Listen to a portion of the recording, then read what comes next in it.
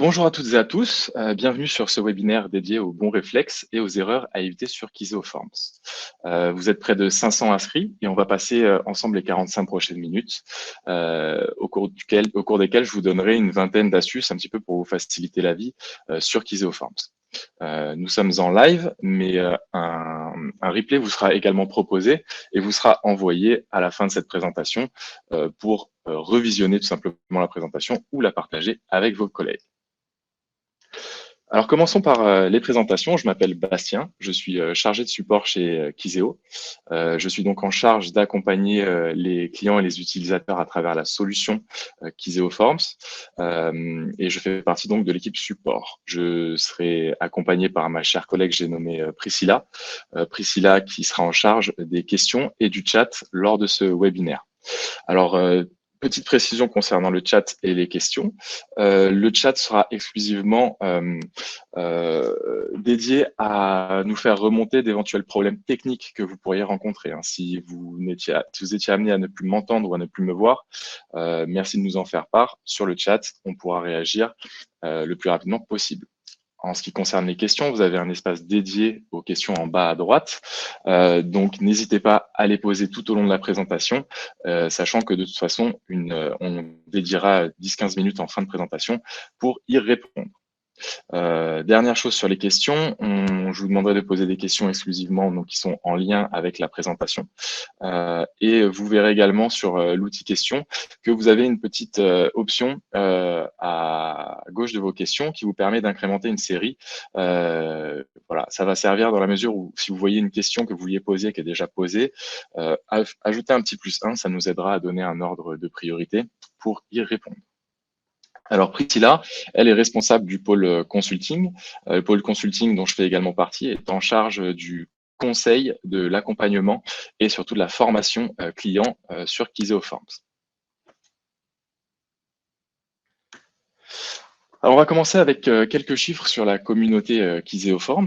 Donc après quasiment 11 ans d'existence, vous voyez qu'on est présent dans 62 pays à travers le monde, qu'on génère plus d'1 million de rapports et de formulaires qui sont envoyés tous les mois via notre application. Donc, c'est une belle volumétrie de travail qui découle directement d'une belle communauté. Plus de 100 000 utilisateurs Kiseo Forms en 2022 avec plus de 3000 organisations. Voilà, c'est effectivement une communauté qui grandit de jour en jour. Et avec cette communauté, grandissent également ses besoins. Alors, qu'est-ce qui nous a donné l'idée, nous, de faire un tel webinaire? Eh bien, simplement, avec mes collègues du support, on a recensé un petit peu tous les cas de figure qu'on était amené à traiter le plus régulièrement possible, de façon récurrente, pour tout simplement vous proposer un petit condensé d'informations, d'astuces, de petites erreurs à éviter facilement, pour vous faire gagner un petit peu de temps et vous permettre d'identifier des situations pièges potentiellement chronophages. Donc un petit tour d'horizon assez complet qui, on espère, saura vous donner quelques petites astuces et qui va se découper de la façon suivante. En partie 1, on se penchera sur la partie back-office. Back-office, comprendre l'interface web, d'accord, et on verra quelques astuces pour optimiser la création de vos formulaires. En partie 2, on se penchera sur la partie mobile. On verra d'une part tout ce qu'on a fait en termes de back-office, donc tout ce qu'on a fait sur l'interface web, comment ça se retranscrit sur un mobile pour vos utilisateurs, et puis quelques conseils également pour optimiser les performances de notre application. Ensuite, on se penchera tout simplement sur les rapports avec quelques astuces pour maîtriser un peu vos designs, maîtriser le partage de vos informations et de vos rapports. Et comme énoncé précédemment, il y aura 10-15 minutes qui seront dédiées à vos questions-réponses que vous pourrez poser tout au long de la présentation et auxquelles on répondra avec ma collègue Priscilla en fin de présentation. Voilà pour cette petite introduction. Donc, sans plus attendre, je vous propose qu'on commence tout de suite avec la partie 1 dédiée au back-office et la création et le paramétrage de vos formulaires. Alors, quels sont les enjeux de cette partie dédiée au back-office et à l'interface web? La première, ça va être de sécuriser votre travail parce que c'est essentiel, bien sûr. On va aussi vous donner quelques astuces pour gagner du temps à la fois dans la conception, dans la confection de vos formulaires, mais également pour vos utilisateurs dans la saisie terrain. Et enfin, quelques tips aussi pour faciliter le traitement de vos données post-saisie, donc les données qui vont remonter, d'accord, depuis le terrain. Comment on va, par deux, trois petites astuces, comment on va un petit peu se faciliter la vie si on est amené à analyser ces données, voire les retravailler. On va commencer avec le b.a.-ba de la sécurité, hein. Vraiment, bien sûr, ce sont des généralités ici, mais qui méritent un petit rappel. La première, bien sûr, enregistrer régulièrement votre travail. Effectivement, c'est encore le meilleur moyen et la meilleure façon de sécuriser tout votre travail, c'est vraiment d'enregistrer. Vous avez un bouton à cet effet, n'hésitez pas à en abuser. Ça vous évitera, par exemple, eh bien, de faire face à une déconnexion intempestive, hein, ou un logout. Une déconnexion intempestive, il faut savoir que par mesure de sécurité, si vous êtes connecté pendant longtemps sur votre session sans effectuer quelque action que ce soit, eh bien l'application va vous déconnecter, d'accord? Si ça vous arrive et que vous n'êtes plus en mesure de sauvegarder votre travail, pas de panique, il vous suffit d'ouvrir un nouvel onglet sur votre navigateur, de vous connecter sur ce nouvel onglet, d'accord? Et de revenir le plus naturellement du monde sur le premier onglet pour pouvoir continuer votre travail et sauvegarder, d'accord? Travailler sur 2 onglets, alors oui, ça peut être, une bonne façon de faire, mais attention ici, vraiment à proscrire, on a une erreur à éviter. Ne travaillez pas sur 2 onglets en simultané quand il s'agit de la création de formulaires, d'accord? Si vous êtes sur un seul et même profil, et que vous allez créer votre formulaire, éditer la trame, à partir d'un seul profil avec 2 onglets en simultané, vous ne gagnerez absolument pas de temps, bien au contraire. Et puis on continue avec le ratio licence utilisateur, hein, voilà, pour clôturer un petit peu avec ces généralités. Lorsque vous êtes administrateur, une des premières informations que vous voyez lorsque vous vous connectez sur votre page d'accueil, c'est le ratio licence utilisateur et la date de fin de contrat. D'accord? Ces éléments sont à surveiller pour éviter un blocage intempestif de la solution, tout simplement pour vos utilisateurs quand ils seraient sur le terrain. Donc s'assurer qu'on a bien suffisamment de licences pour tous nos utilisateurs et que le contrat n'arrive pas à terme bientôt. Voilà, après ces généralités, on va maintenant se pencher sur une mécanique qui est assez importante sur Kiseoforms, puisqu'il s'agit un petit peu de la modification de la trame d'un formulaire. Alors, ce qu'il faut savoir, c'est que quand on est amené à modifier la trame d'un formulaire, et notamment de l'existant, il va falloir faire attention à son effet sur l'historique. D'accord, les effets des modifications sur l'historique ne sont pas négligeables et peuvent être irréversibles, donc il faut bien garder ça en tête. Je vais vous montrer un exemple tout de suite. Voilà. Donc on est ici sur l'interface web, hein. On voit que j'ai créé un formulaire que j'ai nommé webinaire. Bon, réflexe et erreur à éviter parce que j'avais pas tellement d'inspiration, tout simplement. Et on voit qu'à la fin de ce formulaire, donc en dernière position, j'ai intégré un champ ici, un champ, hein, qui est un champ de saisie, d'accord? Un champ, et à la suite de ce champ, j'ai mis un point d'interrogation, sous-entendu que c'est une question qui demande une réponse. Je vais maintenant me rendre sur l'historique de ce formulaire et on voit qu'il y a 9 lignes, ce qui veut dire que le formulaire a été saisi 9 fois, d'accord? Et que potentiellement, j'ai 9 réponses à ma fameuse question. On va regarder ça tout de suite. J'ai en effet ici test 1. On va regarder celui-ci. Test 2. Et ainsi de suite, hein, d'accord?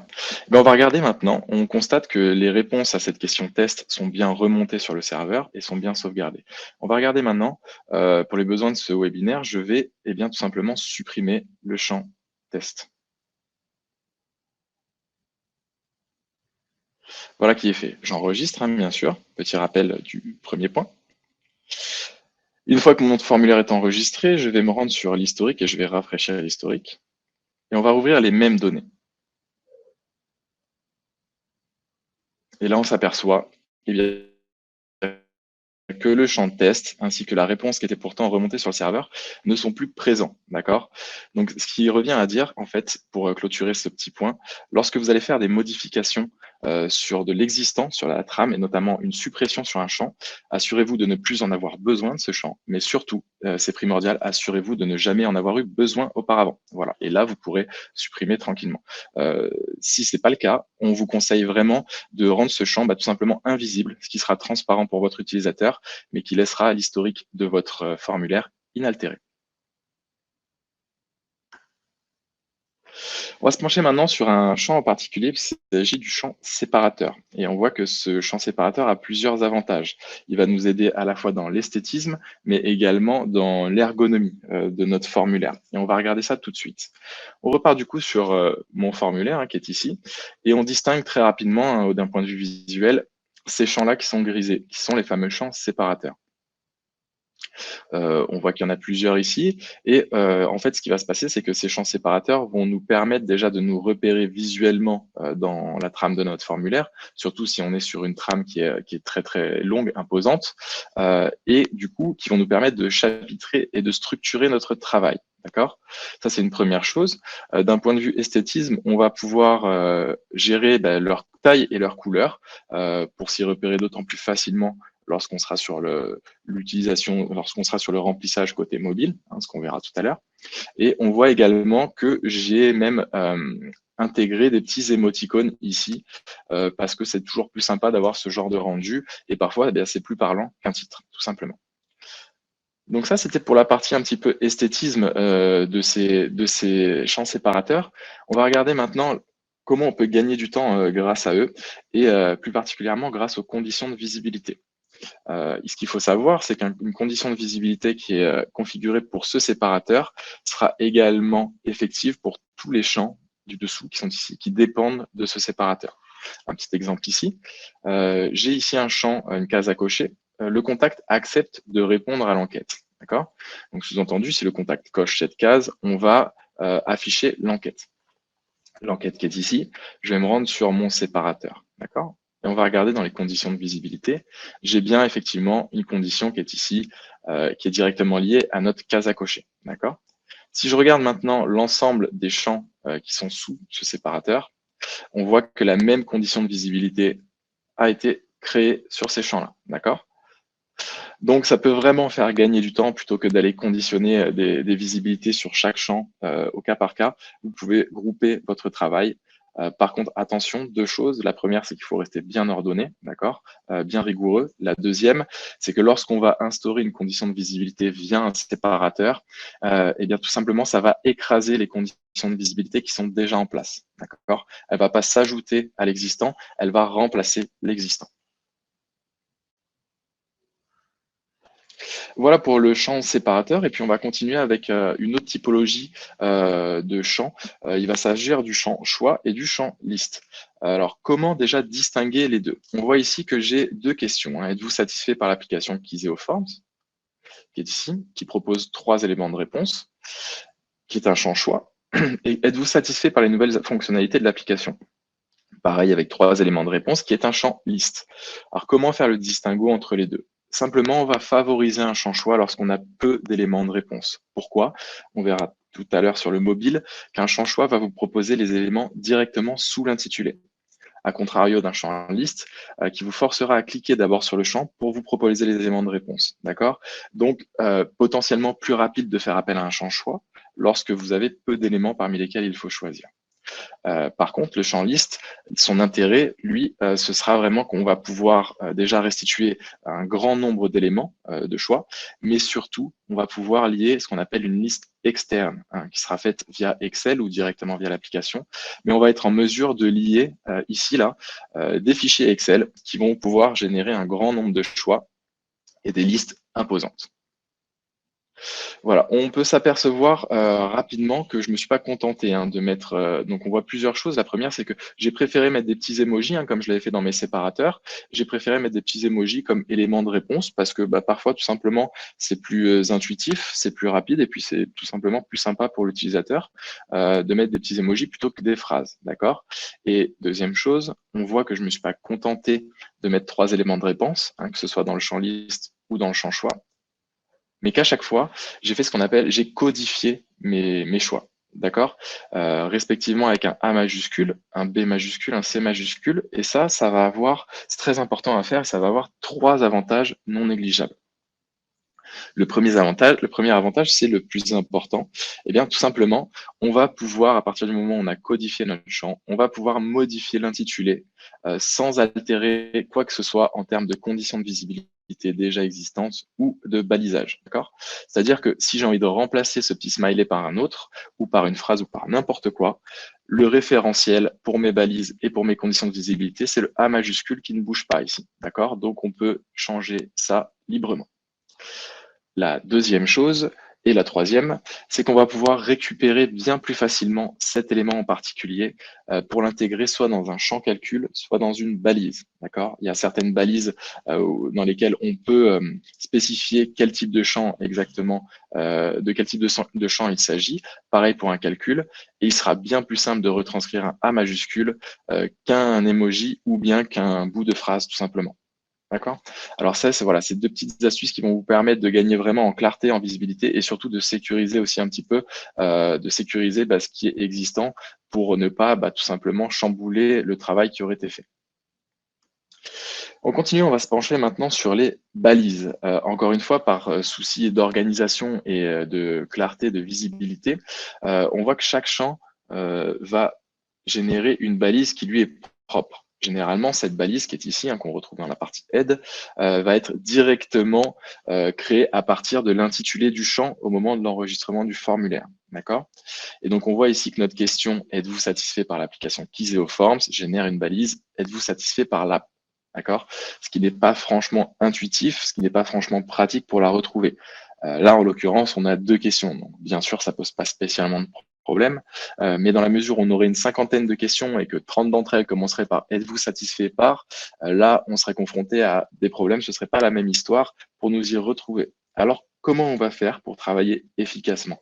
Eh bien, simplement, on va commencer par copier ce champ qui est ici à l'aide du bouton qui est sous votre cadre bleu. Voilà, j'ai copié mon champ, il garde le même intitulé. On a juste ajouté une copie ici que je vais supprimer tout de suite pour garder exactement le même intitulé. Et ce champ qu'on a copié va nous générer une balise toujours conditionnée sur son intitulé. C'est la même que la question précédente, on a rajouté un petit 2 pour éviter le doublon, bien sûr. Eh bien, on n'a toujours pas enregistré ce champ. Alors, ce qu'on va pouvoir faire, tout simplement, eh bien, c'est au niveau de l'identifiant d'éléments ici, aller renommer notre identifiant et donc notre balise. Et on va l'appeler question 1. Et il sera beaucoup plus simple de nous y retrouver lors de la création de votre export avec des balises qui s'appellent question 1, réponse 1, question 2, réponse 2, etc.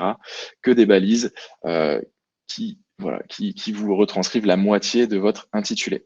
Donc, grâce à ça, si on travaille de façon organisée, vraiment, ça peut nous faire gagner vraiment pas mal de temps et grandement optimiser tout ce qui va être création de formulaires et de rapports personnalisés. On continue maintenant avec encore un petit élément qui est assez particulier chez Kizeo Forms, c'est l'élément tableau. Alors, deux choses à savoir sur ce tableau, il est ici, c'est cet élément vert qui se retrouve ici en fin de trame et dans lequel on peut intégrer une série. Alors, l'élément tableau, deux choses. La première, c'est qu'il ne vous servira absolument pas à gérer la mise en page de votre formulaire. Ça, c'est bon à savoir. Ce n'est pas son rôle, ce n'est pas son utilité. Le tableau va servir à automatiser la répétition d'une séquence bien définie. D'accord? C'est-à-dire que si on a un point d'inspection à faire et qu'il faut faire 50 fois le même point d'inspection, eh ben, au lieu d'intégrer ce point d'inspection 50 fois dans ma trame, je vais l'intégrer une seule fois dans mon tableau. Et de mon tableau, je le remplirai 50 fois d'affilée. Ça permet vraiment de gagner du temps, de gagner également en visibilité, et pareil lors de la saisie.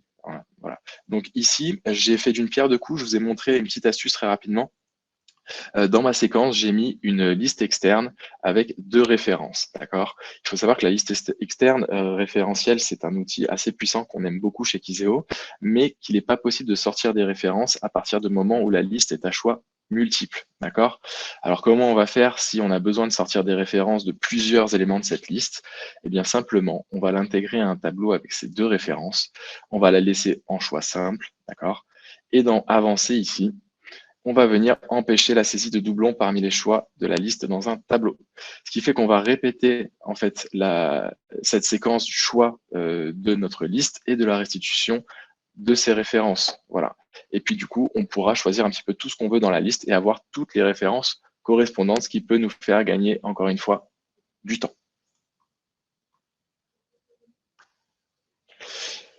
On continue avec une petite astuce ici pour une fonctionnalité qui est assez sous-cotée par nos utilisateurs et qui pourtant est très pratique puisqu'elle va nous permettre d'obtenir un rendu qui est uniforme et également de faciliter le traitement des données qui remontent du terrain pour éventuellement également faciliter leur traitement post-saisie et leur export, leur analyse et leur travail derrière. Il s'agit en fait tout simplement de la fonctionnalité qui va permettre de gérer automatiquement les majuscules dans un champ. Alors, on la retrouve ici dans l'onglet avancé sur un champ de saisie ou une zone de texte. Et ici, on voit qu'on a une option qui nous permet de traiter automatiquement les majuscules de ce qu'on va saisir. C'est très pratique parce que d'une part, on voit que j'ai fait ça là donc sur un champ de saisie. Hein, on verra ce que ça donne encore une fois sur la partie mobile mais un champ de saisie nom et prénom. Donc, c'est fait exprès, hein, qui va demander deux informations. Et on verra qu'à la saisie, on va gagner du temps parce qu'automatiquement, on aura la première lettre du nom et du prénom qui se mettront en majuscule. C'est pas juste par souci esthétique, mais on aime bien quand on a des milliers de données qui remontent et qu'on les exporte sur Excel, et bien tout simplement, on aime bien avoir une uniformisation, une uniformité de notre présentation. Ça nous permettra derrière de retravailler tout ça avec beaucoup plus d'efficacité. Voilà. On a terminé avec la partie back-office, du coup, et tout naturellement, on va aller se pencher maintenant du côté de l'application mobile. Et puis, on va voir déjà donc comment se retranscrire tout ce qu'on a pu faire sur le back-office, d'accord? Et également, on va avoir quelques astuces ici encore pour assurer un bon fonctionnement de notre application et optimiser tout ça. Alors les enjeux côté mobile, la première chose, c'est être capable de se connecter à l'application mobile quand on le souhaite, voilà, et d'être capable justement d'avoir accès à notre profil sur l'application mobile. Ensuite, on verra comment un petit peu améliorer les temps de chargement et les performances intrinsèques de votre application à travers quelques astuces qu'il faut garder en tête. Tout ce qui touche à la sauvegarde de vos saisies, d'accord. Donc, quand vous êtes sur le terrain, que vous avez saisi, ce sont des informations qui sont sensibles. Elles sont pas encore remontées au serveur. Donc, comment bien s'assurer que ces informations soient en sécurité. Et enfin, assurer le transfert de nos données, donc de nos saisies vers le back-office, pour s'assurer simplement que notre administrateur reçoit bien les données qui sont remontées et que tout est OK tout simplement. Alors commençons avec encore une fois des petites généralités puisqu'il s'agit des indispensables de la connexion sur l'application Kizeo Forms. Alors ici c'est très important pour toutes les questions d'accès justement à votre application. Il conviendra d'abord de vous rapprocher d'un administrateur de votre compte ou au moins d'un responsable qui lui-même sera capable d'identifier un administrateur. D'accord? C'est très important. Il s'agit de RGPD, comme vous le voyez ici. Nos clients nous confient leurs données, nous nous portons garant de ces données et par conséquent, nous ne pouvons pas les divulguer comme ça. Donc, pour tout ce qui touche à vos identifiants qui auraient été perdus, qui est l'administrateur de votre compte, ce sont des informations, malgré toute la bonne volonté du monde qu'on a au support, qu'on ne pourra pas divulguer comme ça. D'accord? Donc, tout naturellement, en tant qu'administrateur, restez identifiable à tout moment, d'accord? Que ce soit directement ou indirectement, il faut toujours que les utilisateurs puissent remonter vers vous pour potentiellement débloquer leur accès lorsqu'ils seront sur le terrain et assurer la remontée des informations en temps et en heure. D'accord. Pareil pour les utilisateurs, gardez toujours un administrateur en tête identifié et gardez surtout vos identifiants, vos mots de passe sous le coude. On va voir maintenant tout ce qui touche un petit peu à l'application maintenant Kizeo Forms et notamment à ses performances, d'accord? Et comment, par quelques actions faciles, quelques réflexes à avoir, on va pouvoir optimiser tout ce qui est performance.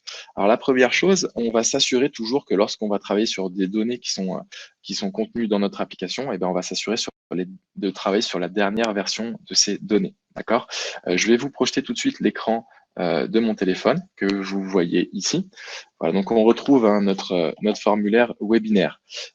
Formulaire, j'ai fait des modifications sur ce formulaire depuis tout à l'heure. Hein, vous voyez, par exemple, j'ai le dernier champ, comme on a pu le voir.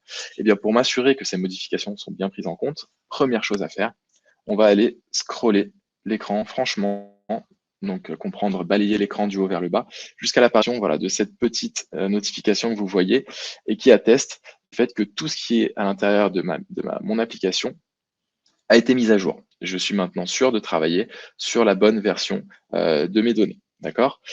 Très important également, c'est d'aller vérifier, vous le voyez ici, le numéro de version de l'application Kiseoforms. D'accord. On retourne sur le téléphone. Ça va se passer en haut à gauche. J'ai un bouton qu'on appelle le bouton burger qui est composé de 3 traits horizontaux. D'accord. On va appuyer dessus. Et tout en bas, on va se rendre dans les paramètres de l'application. Une fois qu'on a cliqué, on va redescendre, hop, pardon, excusez-moi, tout. Et on voit ici le numéro d'application, donc le numéro de version qui apparaît, 7.8.159. D'accord. Il faut savoir qu'il est bon de s'assurer qu'on utilise toujours c'est la dernière version de l'application en date. Pourquoi? Eh bien, tout simplement parce que ça nous permet de nous assurer qu'on dispose des derniers correctifs et des dernières améliorations qui auraient été déployées par nos chers développeurs. Donc, ne nous en privons pas. C'est toujours plus sympa de savoir qu'on bosse avec les dernières améliorations. Toujours, on reste sur l'optimisation des performances et on va se pencher sur une autre notion qu'il est bon de garder en tête et qu'il est bon de surveiller, puisqu'il s'agit du stockage. D'accord. Kiseoforms, au même titre que n'importe quelle application, ne déroge pas à la règle et a besoin de bonnes conditions pour observer de bonnes performances. Et ces conditions, ça va passer par la dernière version, bien sûr, mais également par le stockage de votre application. Alors, comment optimiser son stockage, comment le surveiller et comment avoir une influence dessus? Eh bien, sous le numéro d'application qu'on a vu tout à l'heure, on a un bouton qui porte bien son nom ici, puisqu'il s'agit de libérer l'espace de stockage. D'accord. On va appuyer dessus et puis on va voir ce que ça nous donne. Ça nous fait apparaître un ratio ici, un ratio qu'on voit qui est de 0 mégas à libérer sur 62 mégas utilisés. Donc là, dans ce cas de figure, j'ai 0 mégas à libérer, c'est-à-dire que je dispose d'un stockage qui est confortable, ce qui fait que j'ai une application qui pourra fonctionner de façon optimale. D'accord. Dans la mesure où on aurait un ratio qui serait plus serré ici, notamment avec un nombre de mégas libérés qui serait élevé et qui se rapprocherait du nombre de mégas utilisés, là, ça tendrait à dire qu'on a un stockage qui arrive à saturation et qui potentiellement peut faire observer des ralentissements, voire des crashs de l'application lors de la saisie sur des données qui seraient lourdes, d'accord, volumineuses. Donc voilà, toujours bien veiller à surveiller son stockage et à le nettoyer le cas échéant. On va parler un petit peu des brouillons maintenant. Alors les brouillons, voilà, lorsqu'on est en train de saisir une donnée, hein, je vais retourner sur mon téléphone ici, hop. Lorsqu'on est amené à saisir une donnée, comme je vais le faire tout de suite, je vais me rendre sur mon formulaire, qui est ici. Pour une raison X ou Y, on peut être amené à ne pas envoyer cette donnée tout de suite. D'accord. On peut manquer de connexion pour envoyer la donnée, ou on peut ne pas avoir l'ensemble des informations en notre possession à l'instant T, ce qui fait qu'on va appuyer sur le petit bouton ici pour générer un brouillon. D'accord. Ça aura pour effet tout simplement de sécuriser votre saisie, déjà d'une, et de la stocker dans la partie brouillon, hop, qui se trouve ici. D'accord. On pourra la retrouver, donc 24 mai 11h32, c'est celle-ci. Et on pourra la retrouver ici, donc en toute sécurité, pour pouvoir continuer la saisie, attendre une bonne connexion et l'envoyer via la flèche qui est en bas à droite. D'accord. Donc ça, c'est pour la partie brouillon. Il faut savoir que sur cet onglet brouillon, on a développé une fonctionnalité qui est très pratique, qui va se trouver ici. Donc si en haut à droite de votre écran, on a 3 petits points à côté du bouton filtrer. Et lorsqu'on appuie sur ces 3 petits points, eh bien, vous avez la possibilité de restaurer vos brouillons. D'accord. Les brouillons restent désormais stockés 90 jours sur nos serveurs et vous avez la possibilité de restaurer ces brouillons sur votre support mobile ou sur votre profil via cette nouvelle fonctionnalité qui est bien pratique et qui peut éviter de belles déconvenues dans la mesure où par mégarde, on aurait supprimé l'application avec les données qu'elle contient. D'accord. Donc, c'est un petit joker qui vous permet de restaurer vraiment vos saisies et de vous assurer qu'elles ne sont pas perdues tout simplement. Encore indirectement, une petite astuce concernant les brouillons et qui va vous faire gagner du temps cette fois-ci dans le remplissage de vos données. Voilà. Sachez qu'il est possible de récupérer une donnée déjà saisie, donc déjà remplie, qui est présente sur l'historique, donc qui est déjà enregistrée sous un ID, un identifiant unique, d'accord, et de récupérer eh bien, cette donnée sous un nouvel identifiant déjà rempli, ce qui va vous permettre tout simplement de partir du remplissage qui aurait été fait, donc d'une saisie déjà faite, et de juste apporter les modifications nécessaires, d'accord, sans avoir à tout ressaisir.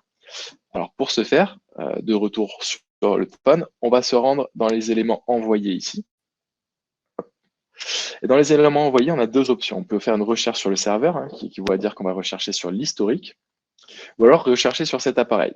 Pour cet exemple, on va rechercher sur cet appareil et on voit que donc sur mon webinaire, j'ai déjà des données qui ont été envoyées. D'accord? Je vais copier celle-ci, hop, appuyer sur les trois petits points et la copier.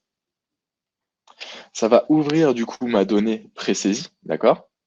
Donc on voit qu'elle est pré-saisie ici, et la possibilité de l'envoyer du coup sans avoir à ressaisir l'intégralité de la donnée, eh bien en gardant en changeant le numéro d'identifiant, donc ce qui fait que ça va éviter les doublons. Donc encore ici, un gain de temps assez considérable, hein, dans la mesure où on aurait un formulaire assez conséquent qu'il faudrait remplir plusieurs fois. Voilà, on peut partir d'une donnée qui a déjà été saisie pour continuer simplement notre remplissage et l'envoyer. Très important ici, attendez la notification d'envoi d'un formulaire avant de quitter l'application. Alors on va voir ici, je vais renvoyer une donnée cette fois-ci. Sur notre formulaire, lorsqu'on envoie notre donnée, d'accord, on va mettre l'adresse, il convient vraiment de s'assurer qu'une notification apparaît attestant de l'envoi de ce formulaire. D'accord? C'est une notification qui va nous confirmer que l'envoi est effectif, que la donnée est bien sauvegardée sur le brouillon, sur le serveur, pardon. On va le faire tout de suite. Elle va apparaître en bas de notre écran. Voilà, l'envoi est en cours. Et c'est celle-ci qu'il faut attendre. Le formulaire webinaire a été envoyé. À partir du moment où on a cette notification qui apparaît, on est sûr que notre donnée est sécurisée. On va le refaire un petit coup. Voilà. Très important ici à ne pas faire, ne coupez pas l'application ou ne la mettez même pas en fond avant l'apparition de cette notification. Sinon, bien tout simplement, votre donnée sera stockée en cours d'envoi ici et ne sera renvoyée qu'à la prochaine connexion de l'utilisateur sur le support mobile, ce qui peut engendrer encore une fois un retard dans la remontée de vos données de terrain. On peut ici, depuis la boîte en cours d'envoi, on a également une petite information visuelle qui nous permettra de surveiller en temps et en heure, donc en temps réel, l'état d'avancement d'envoi de notre donnée. Dans la mesure où on aurait 25 photos dans notre donnée, ici on verra une petite barre de chargement qui nous dira photo envoyée 24 sur 25, photo envoyée 25 sur 25, etc. Donc on pourra suivre vraiment en temps réel l'envoi de notre donnée. Et c'est fini maintenant donc pour la partie mobile. On va regarder maintenant comment se déroule la partie export, les rapports et quelques astuces ici encore pour déjà maîtriser vos designs, pouvoir faire des corrections plus facilement et comment gérer efficacement le partage de nos rapports par mail. Alors, une fois n'est pas coutume, on va commencer par une petite généralité qui fait pas de mal du coup à rappeler. Lors de modifications sur un fichier d'export, on va veiller à travailler toujours sur une copie. D'accord? C'est toujours un réflexe qu'il est bon de garder. On va éviter d'écraser l'original parce que si on fait des erreurs, tout simplement, ce sera bien plus compliqué de retracer l'historique de nos modifications. Alors, on va prendre une copie de notre fichier original, faire les modifications, vérifier que tout est OK. Et à partir du moment où on s'est assuré que tout est OK, on pourra supprimer le premier pour garder uniquement le deuxième. Une petite règle universelle quand on va travailler sur la confection de Word personnalisé, Excel personnalisé. Il faut savoir que on va créer nos rapports sur Excel ou sur Word, mais qu'on va les partager plutôt sous PDF. D'accord? Ce qui veut dire qu'il y aura une conversion à un moment. Cette conversion passe par des serveurs qui sont externes à Kiseo et on a remarqué un petit peu au fil du temps qu'il faut préférer plutôt les formats images au format icône sur des Word ou sur des Excel, et également les tableaux aux zones de texte. Tout simplement parce qu'on a plus d'assurance que les images et les tableaux reproduisent, soient restitués plus fidèlement que les icônes et les zones de texte. Donc, si vous voulez pas de mauvaises surprises lors de votre conversion sur du PDF, préférez vraiment les images aux icônes et les tableaux aux zones de texte lorsque vous allez travailler sur Word ou sur Excel. Effectuez un CTRL F sur votre Word personnalisé. Petite astuce ici qui va vous faire gagner pas mal de temps. J'ai ici, donc je vais vous l'imager tout de suite. J'ai ici dans mon formulaire un export qui est prêt, que j'ai également appelé export webinaire parce que faut croire que j'avais pas non plus trop d'imagination à ce moment-là. Donc il est ici et on voit, donc je vais ouvrir le scan des balises, on voit que j'ai 3 balises inutiles ici, hein. Test 12, exemple 2. Donc 3 balises inutiles, c'est-à-dire que, autrement dit, ces balises ne servent à rien, qu'elles n'ont pas lieu d'être sur mon export. Donc, eh bien, on va aller les chercher et on va aller les corriger. Mon export se trouve ici, d'accord? Donc, j'ai bien pris soin de le remplir de 3 pages de lorem ipsum bien indigeste, d'accord, pour que tout simplement la recherche de ma balise soit une petite galère, voilà, si je puis m'exprimer ainsi. Et bien tout de suite, on va se mettre à la recherche de notre balise problématique, la première, qui s'appelle test 12, hein, si je me souviens bien. On va taper test et tout de suite, on voit que on a très très rapidement identifié et localisé la balise problématique. D'accord? Donc il suffit ici de corriger ça tout simplement pour se pencher sur les 2 autres balises et finir la correction de notre Word. Les 2 autres balises, exemple, voilà. On voit ici qu'elles sont collées, exemple et exemple 2. Donc d'une pierre deux coups, on met un espace et on est bon. Donc vous voyez que grâce à ce petit CTRL F sur vos Word, eh bien, on a, en un temps record, on a identifié et corrigé le problème de balise. D'accord? Il faut savoir qu'encore une fois, vous pourrez être amené à utiliser des exports avec des milliers et des milliers de balises et que par conséquent, retrouver la bonne balise là-dedans, ça peut vite relever d'une grosse perte de temps et ça peut vite devenir chronophage. Donc le CTRL F, on n'y pense pas assez souvent, mais c'est quand même bien pratique.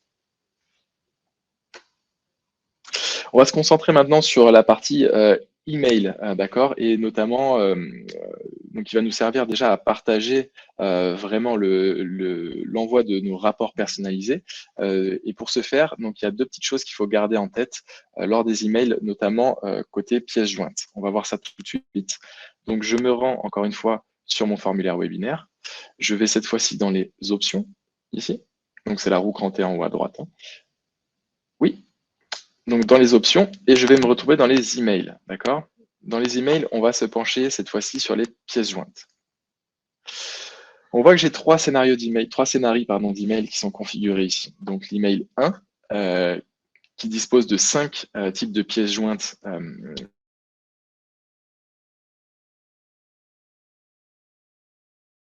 liées à notre mail.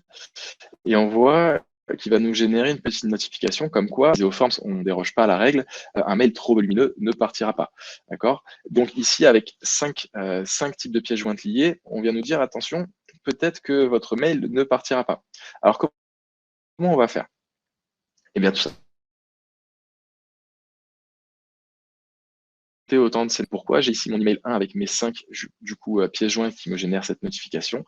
Eh bien, on voit que je vais scinder tout simplement le contenu en 2 scénarios différents.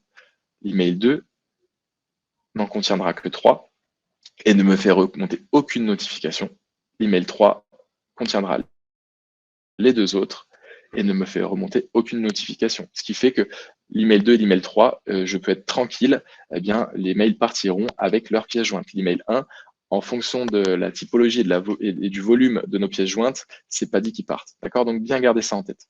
Deuxième chose, on a vu comment du coup charger lorsqu'on va changer un export Word ou Excel, il faut bien veiller à reconfigurer la pièce jointe de notre scénario d'email, d'accord? C'est-à-dire qu'on va retourner sur mon scénario d'email. Ici, vous voyez que j'ai mon export webinaire, d'accord? Si jamais je venais à remplacer ce fichier dans les exports, il faudra bien faire attention à reconfigurer les pièces jointes au niveau de mes scénarios email. Tester le rendu visuel de votre export. Voilà, donc dans la mesure où on est amené à faire des modifications sur notre export parce qu'on est un petit peu à tâtons, on cherche à optimiser un petit peu le rendu, à avoir un truc un petit peu plus optimisé, un petit peu plus sympa d'un point de vue visuel. Donc on va faire des tests, d'accord? Et ça peut être très chronophage à chaque fois qu'on fait une modification sur notre export, d'aller faire une nouvelle saisie, hein, tout simplement pour voir ce que ça donne. Eh bien, tout simplement, on va avoir la possibilité à partir du moment où on a chargé notre export de nous rendre dans l'historique du formulaire qui est ici. On va rafraîchir encore une fois, très important. Et grâce à cette petite icône, donc l'icône exporter, on va pouvoir tester en temps réel le rendu de notre export sur une saisie, sur une donnée déjà saisie. D'accord? En cliquant ici, on voit qu'il va nous proposer les exports qui sont configurés. Et en cliquant sur la petite flèche, il va nous le télécharger ici. On pourra l'ouvrir et voir ce que ça donne en temps réel. Enfin, des petites astuces concernant la personnalisation et le design un petit peu de vos exports. Première chose, il faut savoir qu'on serait tenté de travailler sur du Excel personnalisé parce que ça pourrait être potentiellement plus confortable d'utiliser les cellules. On pourrait gérer leur symétrie, on pourrait gérer leur marge, leurs espacements, et voilà, ça nous donne des travaux qui sont bien alignés, et nous, on aime bien ça. Alors, il faut savoir que sur Word, eh bien, c'est également possible. Et dans la mesure du possible, on va même vous faire préférer le Word à l'Excel personnalisé. D'accord? Sur un Word personnalisé, eh bien, tout simplement, je vais vous le montrer ici, comme vous avez pu l'apercevoir tout à l'heure. On va être en mesure également de maîtriser avec précision nos alignements, nos espacements, notre symétrie, tout simplement en intégrant des tableaux ici. Voilà, en intégrant des tableaux et en masquant leurs bordures. Ce qui fait qu'on va pouvoir un petit peu faire comme un Excel avec des cellules dans lesquelles on va pouvoir ajouter du contenu. Ce contenu, on va pouvoir vraiment gérer nos espacements et avoir le rendu et le design qui nous convient. Et puis, on masquera les bordures de notre tableau, ni vu ni connu.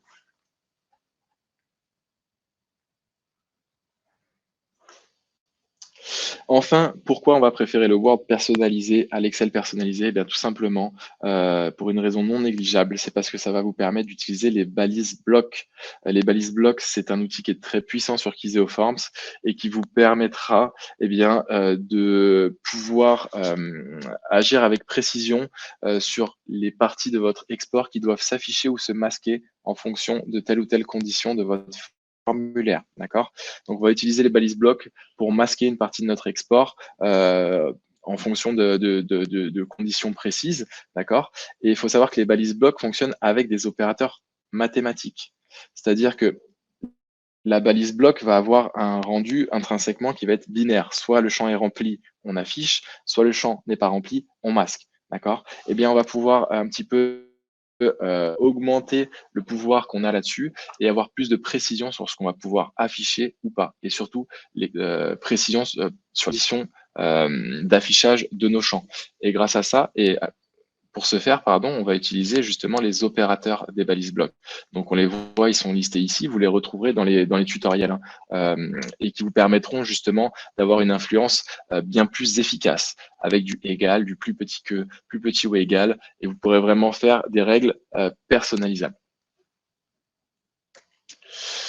Voilà, on a fini ce petit tour d'horizon rapide du coup de la solution Kiseo Forms. Je vous remercie pour votre attention. On espère que vous aurez su identifier quelques astuces qui vous faciliteront la vie tout simplement lors de l'utilisation de la solution. On va continuer très rapidement maintenant avec les ressources qui sont mises à disposition pour conclure. Vous avez ici quelques ressources qu'on vous met à disposition qui sont listées ci-dessous. Donc, Community, qui est une plateforme plateforme participative dédiée à la communauté, la bibliothèque, les tutoriels et des petites vidéos démo avec un parcours d'apprentissage rapide. Je vous invite vraiment à aller consulter ça hein, sur YouTube ou autre. Vous avez également, bien sûr, le contact de notre service support dédié qui est ici, hein, qui s'affiche. Donc voilà comment nous contacter. Encore une fois, n'hésitez pas dans la mesure où on n'aurait pas pu répondre à vos questions ou bien si vous pensez à des questions par la suite, n'hésitez pas à nous les formuler justement au support. On se fera bien sûr une joie d'y répondre. Et enfin, j'attire votre attention sur prochain webinaire à venir, donc restez connectés, surtout si ce contenu vous a plu. Il sera dédié aux balises, aux Word personnalisés et aux exports et se déroulera en juin 2022. Voilà, donc restez bien connectés et on communiquera là-dessus rapidement.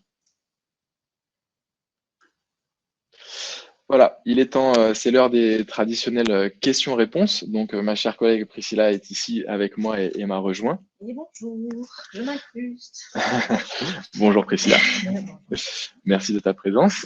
Alors, j'ai relevé quelques questions. On a eu beaucoup de questions, donc ne vous inquiétez pas, on répondra à toutes les questions, que ce soit en direct maintenant ou par mail après le webinaire. Donc, voilà, j'ai sélectionné, on va dire, 6-7 questions qui me semblaient revenir. Donc, on va y répondre ensemble. Donc, une question de Chloé. Bonjour, lorsque nous créons une liste avec références associées dans le formulaire, nous n'avons pas la possibilité de saisir à la main les infos si celles-ci ne figurent pas dans la liste. Donc, je vais y répondre. Du coup, vous avez en fait une option sur vos champs références qui vous permettent justement de rendre ce champ modifiable. C'est-à-dire que si votre liste va chercher une base de données avec une donnée qui n'est pas forcément valide, qui n'a pas été mise à jour ou qui n'a rien, vous pouvez quand même saisir de la donnée dans ce champ-là. Ensuite, nous avons une question de Monique. Les champs séparateurs apparaissent aussi sur l'interface utilisateur? Oui, tout à fait. En oui, web. Exactement. Alors, sur l'interface utilisateur, donc sur l'interface web? Ouais, je pense que c'est sur l'interface web. Donc, effectivement, en fait, vous avez possibilité de saisir via votre ordinateur. Donc, vous retrouvez vraiment tous vos champs, les séparateurs, etc. C'est peut-être un peu moins sexy sur le web. Il est préférable, hein, du coup, d'utiliser l'application, puisque, après tout, c'est une application, mais en tous les cas, on a tous les champs tels quels. Donc, ça, il n'y a pas de souci là-dessus. Nous avons aussi une question de Jérôme. Bonjour, avons-nous la possibilité de créer des sous-séparateurs? Ah, je vais la prendre celle-ci. Allez, vas-y. Alors, Jérôme, les sous-séparateurs, pas en tant que tel. Par contre, vous aurez la possibilité de créer ce qu'on appelle des éléments texte fixes qui auront à peu près le même rendu. Je vais vous le montrer tout de suite d'ailleurs, et qui auront à peu près la même utilité. Ici, on a du texte fixe et ces textes fixes, on va pouvoir donc créer des titres et des sous-titres et on va pouvoir également modifier leur taille et leur couleur, ce qui fait que ça va vous permettre également sous chaque séparateur de pouvoir mettre des sous-titres et de structurer un petit peu plus votre formulaire. Si je peux compléter du coup, le côté texte fixe ne permet pas effectivement, comme les séparateurs le permettent, d'instaurer une condition de visibilité en masse. Mais en tous les cas, on peut quand même mettre un séparateur sous un autre séparateur, mais esthétiquement parlant, c'est pas top. Donc, on vous préconise plutôt le texte fixe à ce moment-là. Nous avons une question de Maxence. Est-ce qu'il est possible de faire un choix multiple? Donc, oui, à l'instar des listes. D'ailleurs, tu peux peut-être montrer sur un champ de choix. Tout de suite. Nous pouvons le paramétrer en liste simple. Donc, ici, vous avez le champ présentation liste simple. Et si vous cliquez dessus, vous avez liste multiple ou classement. Donc, vous allez préférer du coup la liste multiple. Donc, ça veut dire que vous pouvez sélectionner plusieurs éléments de votre liste. Nous avons une question de Philippe Roche, qui est déjà parti, mais on va la poser quand même. Est-ce qu'il est possible de modifier une balise après enregistrement? Donc, du coup, on a vu que non, hein, grâce à tes astuces. Et je voulais expliquer pourquoi, parce qu'on a une autre question qui demandait le pourquoi du comment.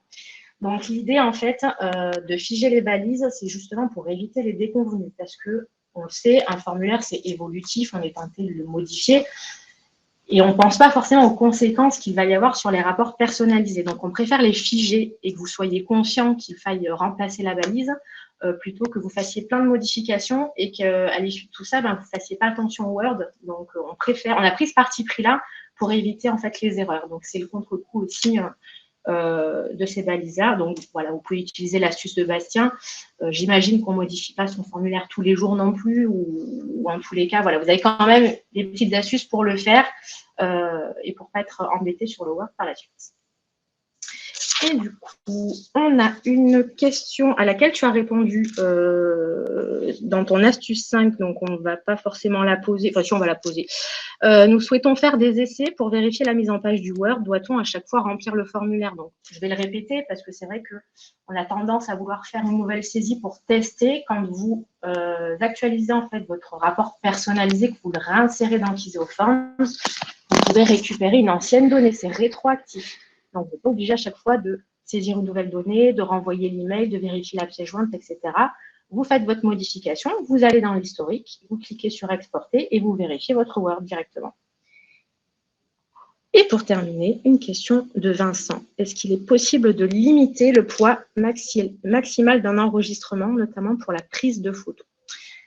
Alors, non, mais vous pouvez instaurer ce que j'appelle la limite psychologique, parce qu'on sait qu'une donnée qui reçoit beaucoup de photos va alourdir un document. Donc, sur les photos que vous paramétrez en photos multiples, en vrai, vous n'avez pas de limite. Hein. Vous pouvez en mettre une centaine dans ce champ-là, il n'y a pas de limite.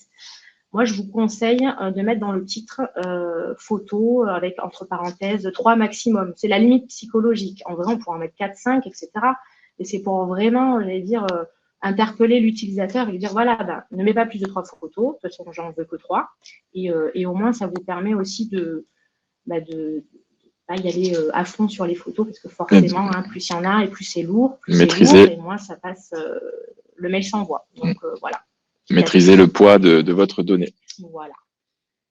Bon, on a eu d'autres questions, mais je pense qu'on a tous faim. Donc, on va vous libérer. On répondra à toutes les questions par mail, donc ne vous inquiétez pas, toute question aura une réponse, sans exception. Voilà, écoutez, il est temps de conclure. Encore une fois, je tenais à vous remercier pour votre présence et votre attention à ce webinaire. Encore une fois, on espère surtout que vous avez trouvé ça utile. On a terminé, donc gardez bien en tête juin 2022, notre prochain webinaire également. Et puis, en ce qui me concerne, il ne me reste plus qu'à vous souhaiter une très bonne journée, vous dire à bientôt lors d'un prochain webinaire, ou bien peut-être même lors d'un coup de fil ou par mail au support. Une bonne journée à tous. Bonne journée. Au revoir.